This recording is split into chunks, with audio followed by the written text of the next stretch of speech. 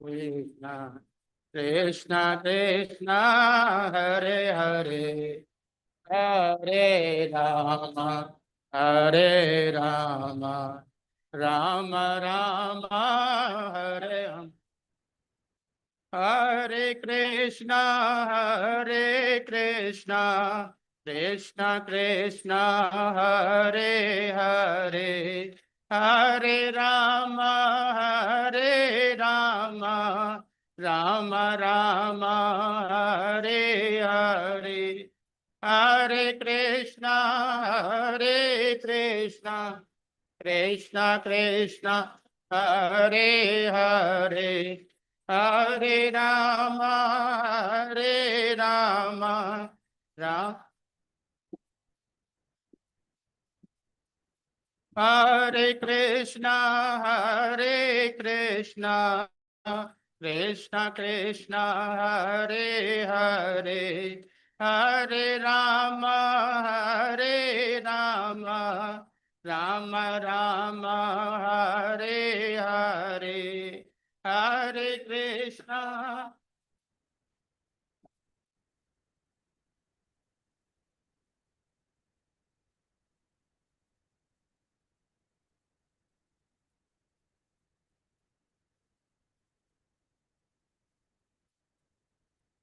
जय राधा माधव कुंज बिहारी गोपीजन वल्लभ गिरवरधारी।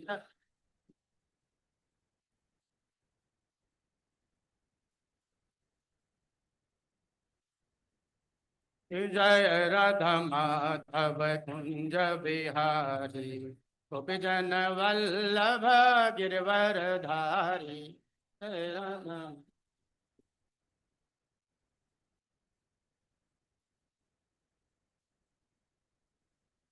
हरे कृष्णा कृष्णा कृष्णा हरे हरे हरे राम राम राम हरे हरे।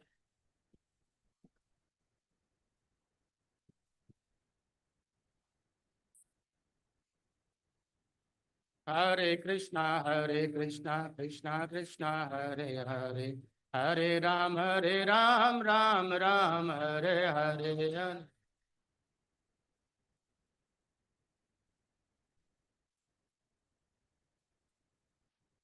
जय गौर नटराज जय दयाल निताय गौर नटराज जय दयाल निताय।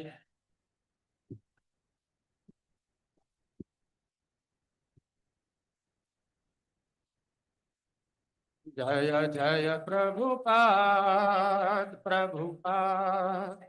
प्रभुपाद जय श्रील प्रभुपाद।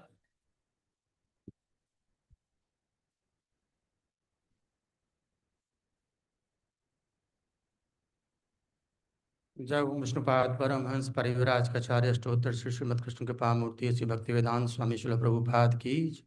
स्कॉन डिप्टी फाउंडर आचार्य शिल प्रभुपाद की। जय ओम विष्णुपाद परमहंस परिविराज कचार्य अष्टोत्तर श्री श्रीमद कृष्ण कृपा मूर्ति भक्ति सिद्धांत सरस्वती ठाकुर शिल प्रभुपाद की। अनंत कोटि वैष्णव वृंद की जय। संवेद भक्त वृंद की जय। संवेद भक्त वृंद की जय। संवेद भक्त वृंद की जय। श्री श्री गुरु अन गौरांग की।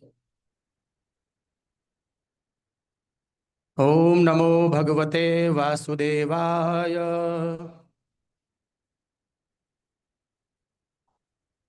ओम नमो भगवते वासुदेवाय।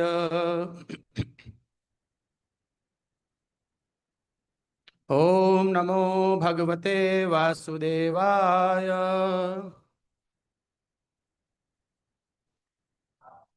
नारायणं नमस्कृत्य नरं चैव नरोत्तमं देवीं सरस्वतीं ततो जयामुदीरयेत्। नष्टप्रायेषु अभद्रेषु नित्यं भागवत सेवया भगवतीमुत्तम श्लोके भक्तिर्भवति नैष्ठिकी। कृष्णाय वासुदेवाय देवकी नंदनाय च नंदगोपकुमाराय गोविंदाय नमो नमः। हरे कृष्णा। बहुत बहुत स्वागत सबका आज की प्रातःकालीन कक्षा में। और जैसा कि आजकल हम चर्चा कर रहे हैं, हरिनाम महोत्सव चल रहा है। और हरिनाम की चर्चा, हरिनाम का गुणगान, और ये सच बात है कि हरिनाम का गुणगान अगर किसी योग्य व्यक्ति के द्वारा किया है तो अच्छा है, लेकिन मेरे जैसे योग्य व्यक्ति द्वारा अगर ये किया जा रहा है तो उसके लिए त्रुटियां हो सकती हैं। तो मैं क्षमा प्रार्थी हूँ पहले से ही, क्योंकि जब मैंने वो पोस्टर देखा, और पोस्टर में जब प्रभु जी का मैसेज आया तो मैं सोचा था नॉर्मल भगवत भागवतम की क्लास है, ठीक है, रेगुलर रूटीन में होती है। लेकिन जब पोस्टर छप गया, हम वहाँ देखा कि बड़े बड़े एक्सपर्ट्स वहाँ पर हैं जो हरिनाम के बारे में अच्छा बोल सकते हैं। उसमें अपना चित्र देख करके थोड़ा सा लगा कि शायद ये गलत, अयोग्य व्यक्ति को सेवा मिल गई है। लेकिन क्योंकि वैष्णव का आदेश, प्रभु जी का आदेश था, तो कुछ प्रयास किया उसमें। कुछ बोलने का प्रयास मैं करूंगा अभी, और कुछ मैंने इकट्ठा भी किया है, कुछ कंटेंट प्रयास करूंगा कि उस परंपरा में बोल पाऊँ। इसलिए आप लोगों से आशीर्वाद, आप लोगों से ये प्रार्थना करेंगे कि मेरे लिए प्रार्थना कीजिए कि सही सब समय पर सही शब्दों का प्रयोग करके मैं हरिनाम का गुणगान करने का प्रयास कर पाऊँ। हालांकि मेरी अयोग्यता, मेरी उसमें योग्यता नहीं है। जूम डिवोटीज, आपको मेरी आवाज़ सही आ रही है? आवाज़ ठीक है? ठीक है, थैंक यू। तो हरिनाम के बारे में हम सब ने सुना है, हम सब हरिनाम करते हैं। श्री चैतन्य महाप्रभु ने इस संसार को केवल 8 श्लोक दिए, ज्यादा कुछ नहीं दिया, ज्यादा बर्डन नहीं डाला। जब भगवान यहाँ पे आए तो गीता के उपदेश देके चले गए, बहुत सारे, बहुत सारा बर्डन दे गए। बर्डन नहीं है हमारे ऊपर, वो गीता हम पढ़ते नहीं तो बर्डन ही है ना, बोझ है हमारे ऊपर, क्योंकि हम बोझ ही मानते हैं, उसे पढ़ते नहीं है। लेकिन महाप्रभु ने ऐसा बोझ नहीं डाला। केवल क्या दिया हमें? हमें 8 श्लोक दिए। और उसमें दूसरा श्लोक क्या है? नाम नामकारी बहुधा निज सर्वशक्ति तत्रार्पिता नियमित स्मरणे न काल एतादृशी तव कृपा श्री भगवन् ममापि दुर्दैवमीदृशमिहा जनिनानुराग। नाम नामकारी बहुधा निज सर्वशक्ति, ये श्लोक हमने अक्सर रोज गाते हैं और बहुत बार आप लोगों ने गाया है। कभी सोचने का प्रयास किया किसमें लिखा है नाम नामकारी बहुधा निज सर्व शक्ति? ये भगवान ने नाम में अपनी सारी शक्तियां दे दी हैं। अब भगवान की तो अनंत शक्तियां हैं। कभी विचार किया कि कौन सी शक्तियां हैं इस नाम में? बस कह रहे हैं सर्वशक्ति सर्वशक्ति। पता तो हो कि कौन सी शक्तियां हैं, उनका हमें क्या लाभ मिलना है, उन शक्तियों का हमें क्या, क्या हमें उन शक्तियों की शरण लेनी है, उन शक्तियों से हमें क्या लाभ होने वाला है, कुछ नहीं पता है। बस रोज रटना है उसको। क्या? नाम नामकारी बहुधा निज सर्व शक्ति। शक्ति क्या है पता ही नहीं। और भगवान की शक्ति तो अनंत है। तो दो पांच गिनाए आपको। चलो आज के दिन पे 15 शक्तियां आपको गिनाते हैं। अगर प्रयास करें लिखने का तो लिखने का प्रयास कीजिएगा, वैसे तो रिकॉर्डिंग पे जाएगा। तो 15 शक्तियां इस नाम में कौन कौन सी हैं, बहुत ध्यान से सुनिएगा। बिल्कुल नया मटेरियल है भक्तों, फ्रेश मटेरियल है, इसलिए कुछ त्रुटि हो तो माफ कीजिएगा। प्रयास किया है उन 15 शक्तियों को इकट्ठा करने का। तो नाम में पहली शक्ति आती है संपदा शक्ति। संपदा अर्थात संपत्ति, धन।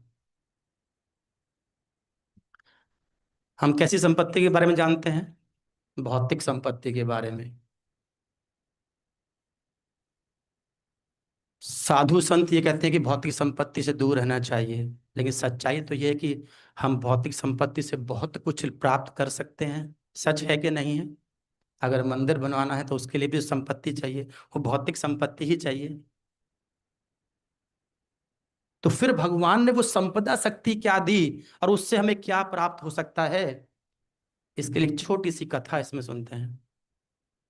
एक बार एक व्यक्ति थे, उन्हें बड़ी इच्छा थी संपत्ति की, बड़ी, कि मेरे पास बहुत धन हो, मेरे पास बहुत दौलत हो। तो कहाँ जाया जाए? उन्हें एक काम करता हूँ, कुछ नहीं, शिव जी से आराधना करता हूँ। तो शिव जी की उपासना करने बैठ गए, और शिव जी की उपासना बहुत अच्छे मन से की। तो शिव जी प्रसन्न हुए। उन्हें बताइए क्या चाहिए? पहले शिव जी मुझे पारस मणि दे दीजिए, टच स्टोन, पारस मणि, टच स्टोन चाहिए, स्पर्श मणि चाहिए। कहले अच्छा, कि देखिए अगर पारस मणि चाहिए तो एक काम कीजिए, आप वृंदावन जाइए, और वृंदावन में मेरे मित्र हैं, उनका नाम है सनातन गोस्वामी। उनके पास जाइए, उनके पास पारस मणि है, मेरा नाम ले देना, वो आपको दे देंगे। शिव जी ने कहा है तो ठीक है सर। तुरंत वो व्यक्ति भाग करके वृंदावन आ गया, यमुना किनारे पहुंचा, उसी बताए हुए उनके पते पर। तो देखा तो वहां पर एक छोटी सी कुटिया। अब कुटिया देख के तो पहले मन भटक गया उसका, अरे यार ये तो जिसके पास पारस मणि वो कुटिया में रहेगा क्या? वो तो सोना बना, सोना से, लोहे से सोना बना बना के महल खड़ा कर लेगा। ये तो कुटिया में रह रहा है, तो थोड़ा सा संदेह हुआ। लेकिन शिव जी ने कहा था तो ठीक है, एक बार ट्राई कर लेता हूँ। तो पहुंचा कुटिया में, तो श्री सनातन गोस्वामी वहां बैठे थे, उनको प्रणाम किया। कह रहे महाराज ऐसे ऐसे शिव जी ने भेजा है, और मैंने सुना है कि आपके पास पारस मणि है, बताया उन्होंने, और वो मुझे चाहिए। कहले हाँ तुम सही जगह, सही स्थान पे आई। पारस मणि चाहिए? देखो सामने वो कूड़ेदान रखा है, उसमें है, जाकर के ले लो। अब वो तो उसे तो चाहिए था, उसे कहीं रखी, उससे क्या है? तो उसने जाकर कूड़ादान का कूड़ा खंगाला, कूड़ा सारा कूड़ा बाहर फेंका, बहुत सारा कूड़ा इकट्ठा था, और सबसे नीचे उसको पारस मणि मिल गई। बड़ा प्रसन्न हुआ। थोड़ा संशय दूर करने के लिए कुछ लोहा था हाथ में, उसे छू के देख लिया कि सोना बन गया, हाँ संतुष्ट हो गया कि हाँ सही में स्पर्श मणि है। प्रणाम किया सनातन गोस्वामी को, और चल दिया अपने घर की ओर को। तो यमुना तक पहुंचा, उसके मन में विचार आया कि यार इन महाराज ने पारस मणि को कूड़े में फेंक रखा था, इसका मतलब ये कि उनके पास कोई और विशेष संपत्ति है जो इससे भी अच्छी है, इससे भी ज्यादा और महत्वपूर्ण है।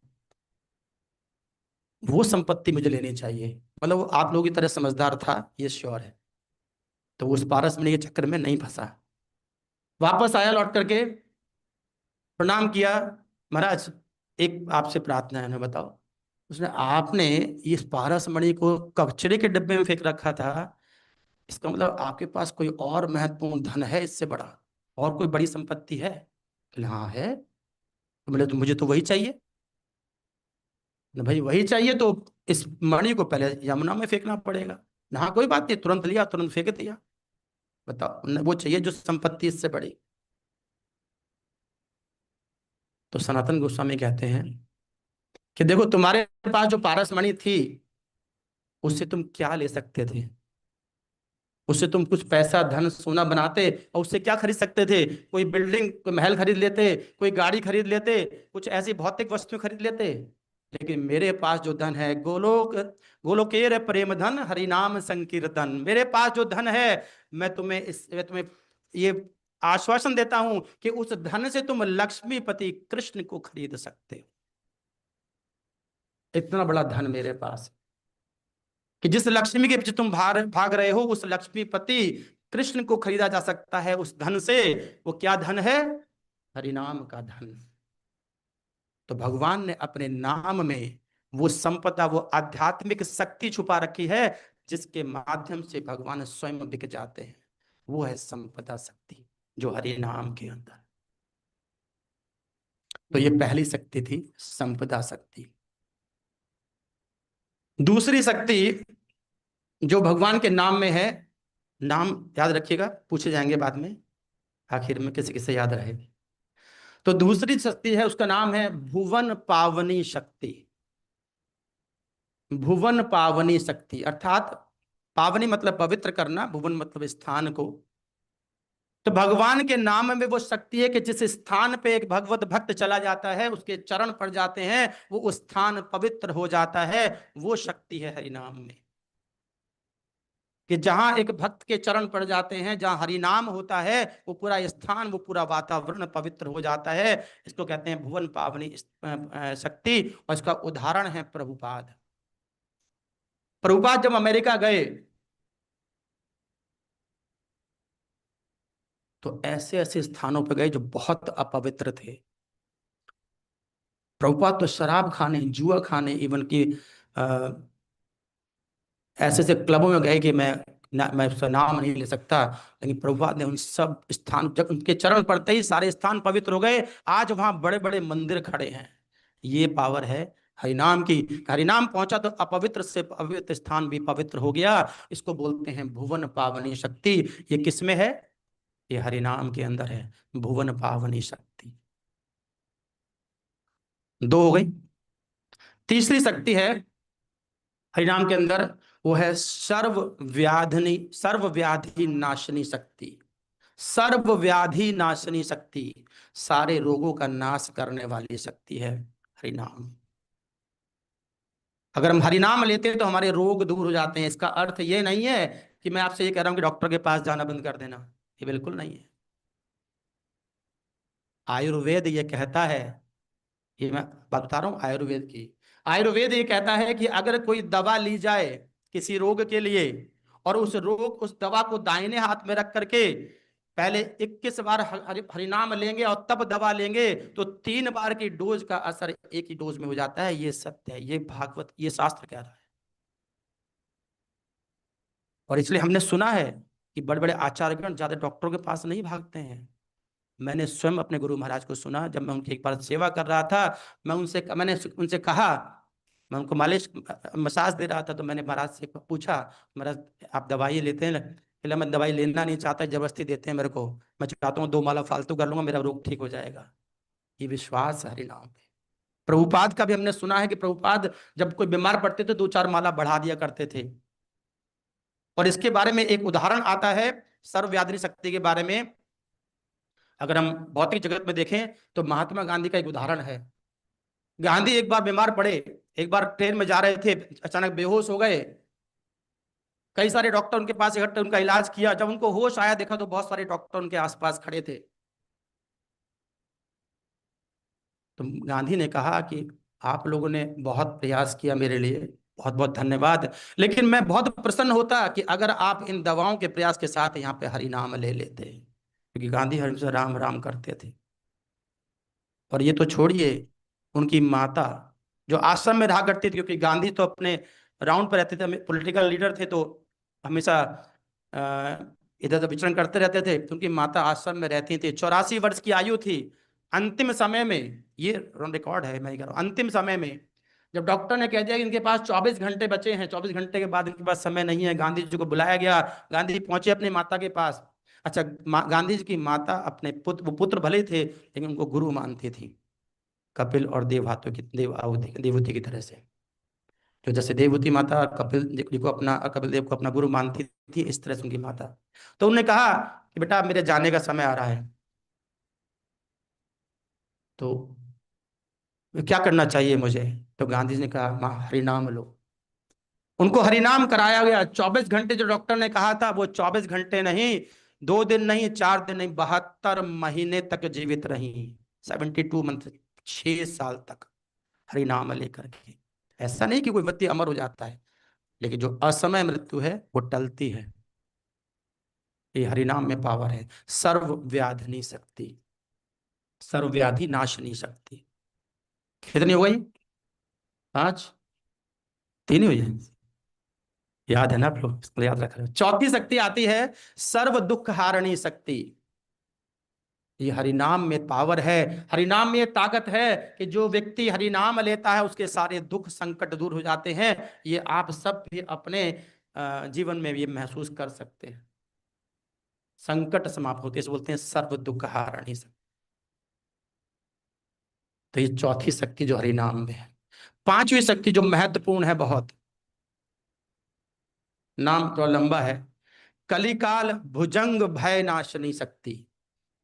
कलिकाल भुजंग भय नाशनी, कलिकाल मतलब ये कलयुग, कलयुग का जो कलयुग की जो स्थिति है उसको एक सांप के समान, भुजंग के समान माना गया है। और जैसे भुजंग से सांप को देख के डर लगता है, ऐसे इस कलयुग को देख के हमें भय लगता है। तो इस कलयुग के भय को समाप्त करने वाली शक्ति इस नाम में है। और इसकी चर्चा श्रीमद् भागवतम में भी हुई है, जिसमें एक श्लोक आया है, कलिर दोषो निधे राजन अस्ति एको महान गुण कीर्तनाथ एव कृष्णस्य मुक्त संग परम विजेता। तो इस कलयुग में एक दोष, बहुत सारे दोष हैं, लेकिन एक विशेषता क्या है कि हरिनाम करके इसके सारे दोषों को समाप्त किया जा सकता है। तो हरिनाम में वो पावर है जो कली के भय को, कलयुग के भय को समाप्त करती है। इसलिए इसका नाम है कली काल भुजंग भय नाशनी शक्ति। नाम याद हो रहे हैं ना? पूछे जाएंगे अभी परीक्षा है आपकी आखिर में, सभी लोग जूम डिवोटी भी ध्यान रखें, पूछा एक प्रश्न आएगा यार। छठी शक्ति जो भगवान के नाम में, हरि नाम में है, उसका नाम है नरकोद्धारणी शक्ति।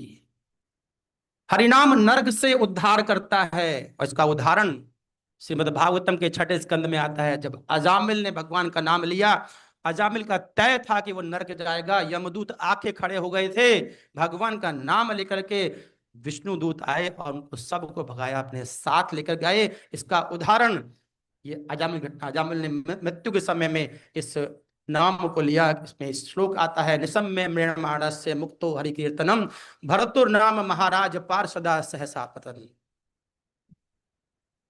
तो अजामिल ने अंतिम, कहते हैं कि म्रियमाणस से अंतिम समय, जब मृत्यु के समय में था, उसने हरि नाम लिया। और जब वो यमदूत खड़े थे जो नरक ले जाने के लिए तैयार थे, यमराज ने तुरंत दरवाजे खोल दिए थे कि यहाँ एक आने वाला है व्यक्ति, लेकिन वो बंद करना पड़ा दरवाजा। क्यों? क्योंकि हरि नाम लिया अंतिम समय में। तो ये छठी शक्ति है, नरकोद्धारणी शक्ति, जो नरक से हमें जाने से बचाती है। 6 हो गई। सातवीं शक्ति, सातवीं शक्ति है दुखद प्रारब्ध नाशनी शक्ति। देखिए हमारे जीवन में जो दुख आते हैं, कुछ तो संचित दुख होते हैं जिन्हें हम खत्म कर सकते हैं, लेकिन जो प्रारब्ध के दुख होते हैं ना, जो हमारे पूर्व जन्मों से चला रहा है, उसको हम समाप्त नहीं कर सकते। लेकिन नाम में वो पावर है, नाम में वो ताकत है कि वो प्रारब्ध के हमारे अपराधों को भी नष्ट कर देता है। यदि कोई व्यक्ति पूरी तरह से धिक्कारा गया हो, सताया गया हो, अगर वो भगवान के नाम का आश्रय लेता है, उसके प्रारब्ध समाप्त हो जाते हैं। और इसका उदाहरण आता है ध्रुव महाराज का। ध्रुव महाराज को उनकी सौतेली माँ ने धिक्कारा, सताया, घर से बाहर निकाल दिया, और आखिर में क्या हुआ कि वही उनके चरणों में आके गिरी, जब ध्रुव महाराज को भगवान का दर्शन हुआ, जब उन्होंने नाम को अपनाया। तो यह है दुखद प्रारब्ध नाशनी शक्ति, ध्रुव महाराज का उदाहरण कहते हैं। और भगवान गीता में भी कहते हैं, अपि चेत सो दुराचारो, कि कितने दुराचार से दुराचारी व्यक्ति भी अगर मेरा नाम लेता है, तो मैं कहता हूं कि वो साधु रेव स मंतव्य, के वो साधु के समान है। ये मैं कहता हूं, मैं नहीं, मतलब भगवान ने कहा था। ये भगवान ने कहा था कि बुरे से बुरा व्यक्ति अगर काम कर, दुराचारी भी है, अगर वो मेरा नाम लेता है, तो मेरे मेरे लिए अनुसार वो साधु के समान है। साधु रे वस मंतव्य, ये भगवान ने कहा है भगवत गीता में। तो ये है दुखद प्रारब्ध नाशनी शक्ति। 7 हो गई। आठवीं शक्ति जो भगवान के नाम में है, उसे बोलते हैं कर्म संपूर्ति कारणी शक्ति। किसी को नटराज दयालता भगवान की जय। कर्म पूर्ति कारणी शक्ति। देखिए साधारणतः जब कोई कार्य करते हैं ना, तो उसमें क्या करते हैं, मुहूर्त निकालते हैं, शुभ मुहूर्त, ये अच्छा कार्य, ये समय अच्छा है कि नहीं, नहीं है ना। लेकिन एक भक्त, एक भगवान का नाम लेने वालों के लिए किसी मुहूर्त की आवश्यकता नहीं पड़ती। मैंने देखा बहुत सारे जो प्रोफेशनल भागवत करने वाले हैं, उनसे पास जाइए, आप भागवत कराना है, वो मुहूर्त देखें, किस दिन शुरू करना है, किस समय शुरू करना है। हम तो कभी भी भागवत कर लेते हैं, मुहूर्त देखते हैं क्या? हम मुहूर्त देखते हैं भागवत करने का? ये आज का मुहूर्त देखा था 7:30 बजे का? तो भक्त को कोई मुहूर्त देखने की आवश्यकता नहीं है। मुहूर्त यानी कर्म आपके कर्म को संपूर्ण, कर्म का दोष नहीं लगेगा, कर्म को कब लगता है, नहीं लगेगा जब कर्म संपूर्ण होता है। और संपूर्ण कर्म वही होता है जो भगवान के नाम के साथ समाप्त होता है। आपने बहुत से ब्राह्मण देखे होंगे, आप अगर अभी आप कभी देखिएगा ध्यान से, कोई भी ब्राह्मण जो कथा कर रहा होगा, कथा के अंत में वो हरि नाम लेता है और ये क्षमा मांगता है कि त्रुटि हुई तो मुझे उससे क्षमा कीजिएगा, और लास्ट में ओम नमो वासुदेवाय जरूर बोले, ओम नमो भगवते वासुदेवाय बोल के खत्म करता है। क्यों? क्योंकि हरि नाम लेते ही उसके सारे कर्म कांड संपूर्ण हो जाते हैं। इसलिए बोलते हैं कर्म संपूर्ति कारणी शक्ति। तो अगर कोई भी कर्म हम कर रहे हैं, उसके अंत में अगर भगवान का नाम नहीं लिया गया तो वो कर्म कांड अधूरा रहता है, तभी उसके अपराध लगते हैं। और अगर उसके अंत में भगवान को समर्पित किए सारी चीजें, सारे कर्म, तो सारे कर्म बंधन से मुक्ति मिलती है। इसलिए बोलते हैं कर्म संपूर्ति कारणी शक्ति। आठों याद है? आठों शक्तियां याद हैं? अच्छा, पहले आप लेट आए थे। संपदा शक्ति, अच्छा आपने लिख रखा है। अच्छा याद बोल रहा तो मैं लिख के नहीं देखा, नहीं पढ़ना है। याद किस किस को है? हर एक आध बार में याद नहीं होगा, मुझे भी याद नहीं हुआ था। नवी शक्ति, नौवीं शक्ति क्या है? सर्व वेद तीर्थादिक फलदायिनी शक्ति। सर्व वेद तीर्थादिक फलदायिनी शक्ति कहने का अर्थ क्या है कि भगवान का नाम लेने वाले, हरि नाम लेने वाले, चाहे किसी भी देश कहीं पर भी हो, उनको वेद का ज्ञान हो ना हो, सारे वेदों के ज्ञान के बराबर माना जाता है अगर उसको हरि नाम का ज्ञान है। बड़े बड़े वेदांती जिनको वेदों का पूर्ण ज्ञान हो, अगर वो हरि नाम को नहीं समझ पाए तो उनका ज्ञान किसी लाभ का नहीं है, कोई प्रयोजन नहीं उस वेदांती होने का। तो वेदों का ज्ञान हमें हरि नाम का, कहते हरि नाम क्या, हरि नाम तो सार है वेदों का। अगर वेदों के सार को नहीं समझ पाए तो वेदों का ज्ञान होने का कोई लाभ नहीं है। इसलिए कहते हैं कि सारे वेदों का फल हमें हरि नाम लेने से मिलता है। और साथ में क्या है? तीर्थादिक, समस्त तीर्थों को करने का फल भी हमें हरिनाम से मिल जाता है।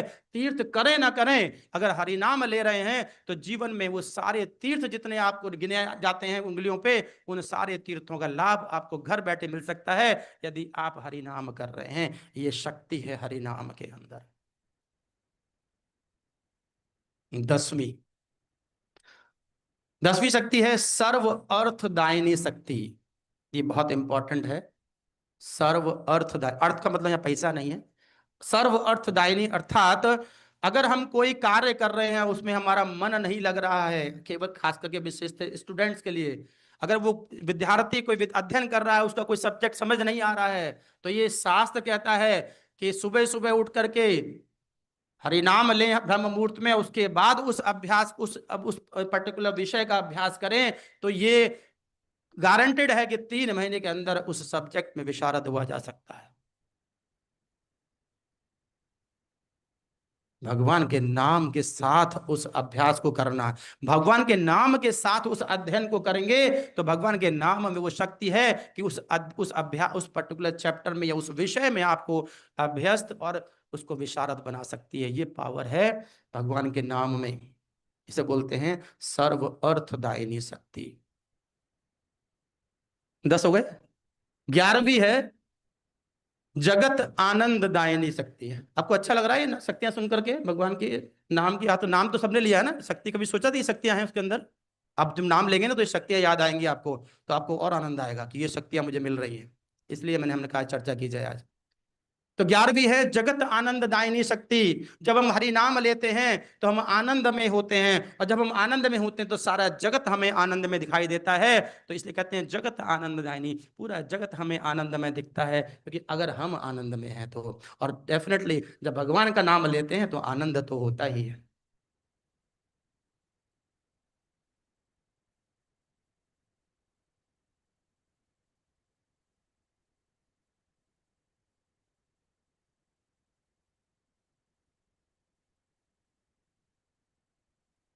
इसके बाद आती है 12वीं शक्ति, उसे बोलते हैं जगदान दायिनी शक्ति। जगदान दायिनी शक्ति क्या अर्थ है इसका? कि हरिनाम लेने से हमें वो फल मिलता है जो पूरे जगत को दान कर दे अगर हम, उसके बराबर फल। अगर हम पूरा विश्व दान कर दे, इतनी ताकत हमारे अंदर हो, हम क्या दान कर सकते हैं? 100 200 500 रुपए जो हमारे पास होगा। लेकिन कहते हैं कि अगर हमारे पास पूरा दुनिया, पूरा जग संसार भी है, अगर उस संसार को दान करने का फल हरिनाम से मिल सकता है। हरिनाम में वो ताकत है। राजा बलि ने सारा जगत, सारा विश्व दान कर दिया था भगवान, लेकिन उसका फल उसको तब मिला जब उसने हरि नाम लेना शुरू किया। और राजा बलि को क्या अधिकार मिला कि वो इंद्र बनने की स्थिति में आ गए, वो महाजन कहलाए हरि नाम लेने से। उसके पहले महाजन नहीं थे। जब उन्होंने पूरा विश्व दान कर दिया, उसके बाद हरि नाम लिया, तो विश्व दान करने से नहीं, बल्कि हरि नाम के लेने से विश्व दान का फल मिला। तो कहते हैं कि पूरे जगत को दान करने का फल हमें हरि नाम से मिल सकता है। कितने हो गई? 12। 13वीं शक्ति है अमित गति दायनी शक्ति। अमित गति दायनी, अमित मतलब मिटना मिटने वाली, गति मतलब अच्छी गति। कहते जो हरिनाम लेता है उसको अच्छी गति प्राप्त होती है। निकृष्ट से निकृष्ट व्यक्ति भी अगर हरिनाम ले तो उसको वो ऊंचाई देता है हरिनाम कि दुनिया, पूरा संसार, पूरा विश्व उसके चरणों में होता है, पूरा विश्व उसकी प्रशंसा करता है। इसका उदाहरण, बहुत उदाहरण है। एक उदाहरण आता है रत्नाकर डाकू का। रत्नाकर डाकू इतना निकृष्ट था, हत्याएं करता था पशुओं की और जीवों की। राम नाम लिया, वाल्मीकि जैसा महर्षि बने। वो वाल्मीकि जैसे जो भविष्य वेत्ता बने। एक निकृष्ट व्यक्ति को भी कहां पहुंचाया हरि नाम ने, कि वो व्यक्ति विश्व प्रसिद्ध हुए, भविष्य वेत्ता बन गए। तो वो पावर है हरि नाम के अंदर। और 14वीं शक्ति जिसके लिए हम सब परेशान रहते हैं, वो है मुक्ति प्रदायिनी शक्ति। और जैसे जब हरिनाम लेना शुरू करते हैं ना, तो हमारे सामने सबसे पहले वो सारी मुक्तियां लगती हैं। सामिप्य मुक्ति, सालोक्य मुक्ति, सायुज्य मुक्ति, ये सब मुक्तियां हमारे सामने आने लगती हैं। लेकिन एक भक्त जो हरिनाम करता है वो इन मुक्तियों को दूर हटाता है। मुझे नहीं चाहिए मुक्ति। और वो हरिनाम लेता है, क्योंकि वो हरिनाम क्यों लेता है? क्योंकि हरिनाम लेने के साथ में जब वो हरिनाम लेना शुरू करता है तो इन मुक्तियों की इच्छा नहीं करता। हरिनाम लेते लेते उसे वो 15वीं शक्ति प्राप्त होती है, जिसका नाम है भगवत प्रीति दायनी प्रदायनी भक्ति, जिसमें भगवान का प्रेम उसको मिलता है। ये 15वीं शक्ति है। हरिनाम लेने से भगवान का प्रेम मिलता है, ये उसको प्राप्त होता है। किसको? जो हरिनाम लेता है।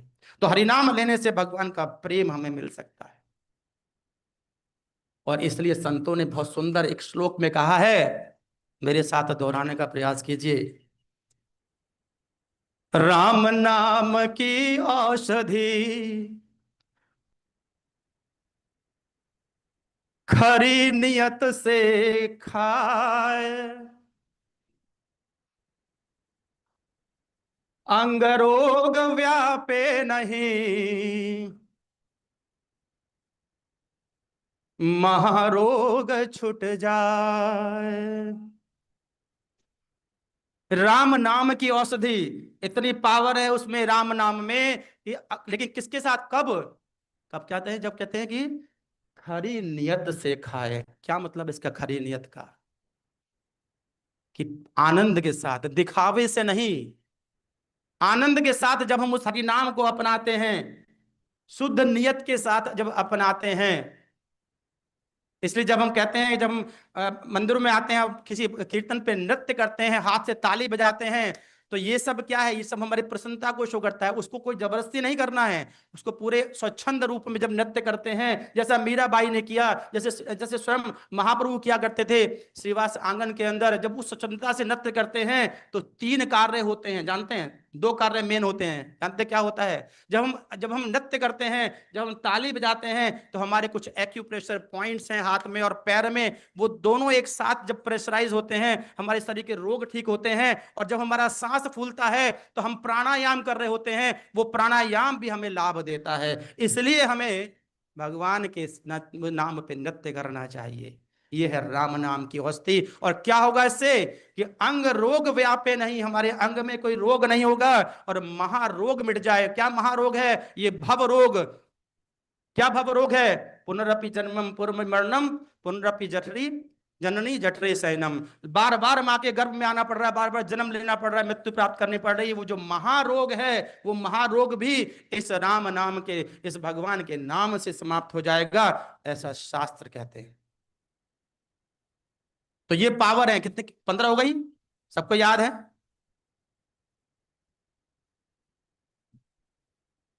तो हरिनाम की वो ताकत है। हरिनाम की चर्चा और बहुत से शास्त्रों में, हर शास्त्र में हुई है। मेरे पास थोड़ा सा एक कुछ पाठ है। आदि पुराण में भगवान कहते हैं, आदि पुराण में लिखा गया है नाम के बारे में। नाम की अनंत महिमा है। क्या अनंत महिमा है?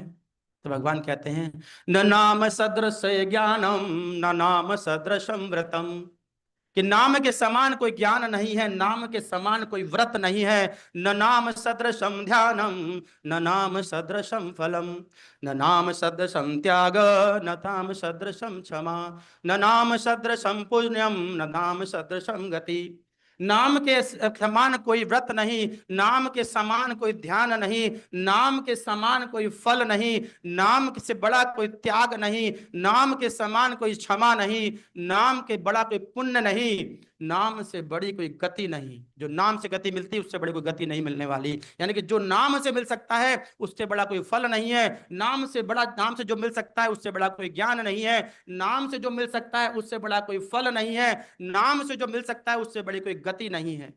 ये आदि पुराण में लिखा गया है। और लिखते हैं नामेव परमय मुक्ति, नामेव परमय गति, नामेव परमय शांति, नामेव परमय स्थिति, नामेव परमय भक्ति, नामेव परमय मति, नामेव परमय प्रीति, नामेव परमय स्मृति, नामेव कारणम जंतोर, नामेव प्रभु एव च, नामेव परम आराध्य, नामेव परमय गुरु। इस नाम में वो ताकत है। नाम से सब कुछ पाया जा सकता है। जो इच्छा हम करें वो नाम से मिल सकती है। और इसलिए नाम में भगवान ने वो सारी शक्तियां बताई हैं। तो अब जब भी नाम लें तो हम इन शक्तियों को अपने अपने अंतर मन में बसा करके कि ये शक्तियां, हम इनको इनको हम केंद्रित करके नाम ले रहे हैं, तो वो शक्तियों का लाभ, वो शक्तियों के आपको निश्चित रूप से उसका एक फायदा होने जा रहा है। क्योंकि जब हम किसी को पुकारते हैं ना और उसकी क्वालिटीज पता हो तो एक भाव चेंज होता है, नहीं होता है? आप किसी को बुलाइए, एक आम व्यक्ति को, अगर सपोज आप अपने प्राइम मिनिस्टर को नहीं पहचानते और कोई व्यक्ति खड़ा है नरेंद्र मोदी की जैसे शकल, दाढ़ी वाड़ी रखा हुआ है, अब वही खड़े हैं, प्रधानमंत्री खड़े हैं, आप उनको पर्सनली नहीं जानते हैं, उनकी क्वालिटीज के बारे में नहीं जानते हैं, उनका हाव भाव नहीं जानते हैं, उनकी जो कैरेक्टर उसको नहीं पहचानते हैं, क्योंकि व्यक्ति के शरीर से पता लगता है उसकी कैरेक्टर क्या है। ऐसा नहीं कि अंतर ना कर पाए कि मोदी कौन है और मोदी की शकल वाला कौन है। तो जब हम उनकी क्वालिटीज को जानते हैं तो हम बेटर उसको पहचान सकते हैं। तो अगर नाम से सही पहचान करनी है तो नाम में समाहित शक्तियों को भी पहचानना होगा, तब हमारी नाम से सही पहचान होगी। तब हम नाम को लेने का सही में फायदा, सही में वो लाभ ले पाएंगे जिसके लिए हम ये लगातार अभ्यास करते हैं। तो केवल आंख बंद करके केवल नाम नहीं लेना है, नाम में समाहित उन शक्तियों को भी ध्यान में रख करके अगर नाम लेंगे तो निश्चित रूप से जो लाभ होगा वो लाभ इतना बड़ा होगा कि आप सोच नहीं सकते। ये सारी शक्तियां उस नाम में समाहित हैं। इसका लाभ आपको 100% गारंटीड मिलेगा। तो भगवान के नाम लेते समय आप आगे ध्यान रखेंगे कि इन शक्तियों को अपने मन में बसा करके, याद होगी, लिख लिया आपने? लिख ली ना? कल को कैलेंडर में डालना, उसका फोटो लगा होगा उस पर मोबाइल पे, ये शक्तियां हैं, तभी याद हो पाएंगी। तो जरूरी आवश्यक है इन शक्तियों को याद करना, जिसके कार्य, जिसके जिसको जिस नाम को हम रट रहे हैं, जिस नाम को हम बार बार अभ्यास करने का प्रयास कर रहे हैं, जब हमें उनके गुण पता होंगे, उनकी शक्तियां पता होंगी, तो हमारा मन उसमें और लगेगा, हमारा मन उसमें और केंद्रित होगा, और फिर हम निश्चित पे बहुत शुद्ध नाम ले पाएंगे, जो नाम भगवान की इच्छा करते हैं। क्योंकि नाम में सब कुछ, क्योंकि नाम भगवान से अलग नहीं है। तो नाम की सेवा अर्थात भगवान की सेवा है। क्योंकि कहा गया है नाम चिंतामणि श्री कृष्ण चैतन्य रस विग्रह, पूर्ण शुद्धो नित्य मुक्तो अभिनत्व नाम नामनो। भगवान का नाम नामी से अलग है, अलग नहीं है, अभिन्न है। तो जब हम नाम की सेवा करते हैं तो वो नाम के गुण नहीं है, वो शक्तियां नाम की नहीं है, वो शक्तियां भगवान की हैं, भगवान ने अपने नाम में दी हैं। तो जब हम सेवा करेंगे नाम की तो वो भगवान की सेवा होती है, और फिर भगवान की शक्तियों की सेवा होती है, तो उसका निश्चित रूप से हमें वो लाभ होगा। तो हरिनाम महोत्सव चल रहा है इस समय, एक अच्छा अवसर है कि इन शक्तियों को समझ करके, इन नाम में जो समाहित शक्तियां हैं, अनंत शक्ति, ये तो 15 शक्ति काउंट हुई खाली, इतने नहीं है।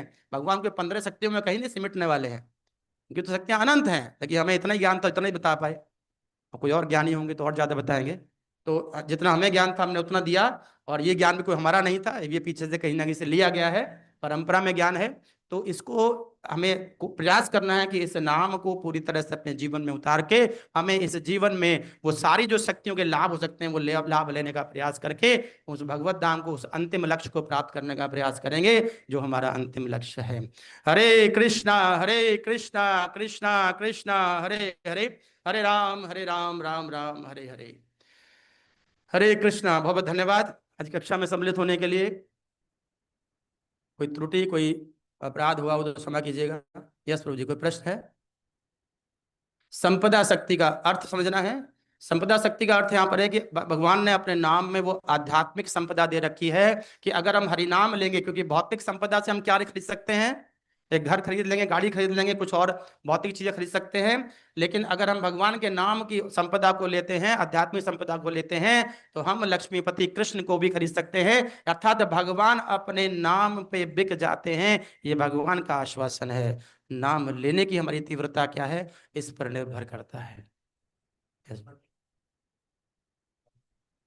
अमित गतिदानी, हाँ, इसमें बताता है कि जो निकृष्ट से निकृष्ट व्यक्ति है उसको भी सबसे ऊंची ऊंचाई मिल सकती है अगर नाम लेता है। उदाहरण हमने लिया था रत्नाकर डाकू का। रत्नाकर डाकू जो है वाल्मीकि बने केवल नाम लेकर के। तो आप एक किसी व्यक्ति को, छोटे से छोटे लेवल के व्यक्ति को भी नाम बहुत ऊंचाई तक पहुंचा सकता है। नाम में विश्वास होना चाहिए। ठीक है बाबू जी, हो गया? तो बहुत बहुत धन्यवाद। किसी को कोई और प्रश्न तो नहीं है? तो अभी हम यही समाप्त करेंगे आज की इस कक्षा को। और हरिनाम सप्ताह चल रहा है, इसको बहुत उत्साह के साथ सेलिब्रेट कीजिए। ये सेलिब्रेशन 7 दिन का नहीं है, सेलिब्रेशन जीवन भर का है और जीवन के बाद का भी है। केवल जीवन तक इसको समेट के नहीं रखना है। और इन नाम में शक्तियों के साथ अब नाम को लेने का प्रयास कीजिए। हरे कृष्णा। वांछा कल्पतरुभ्यश्च कृपा सिंधुभ्यश्च पतितानां पावनेभ्यो वैष्णवेभ्यो नमो नमः। अनंत कोटि वैष्णव वृंद की जय। नामाचार्य श्रीदास ठाकुर की जय। हरिनाम महोत्सव की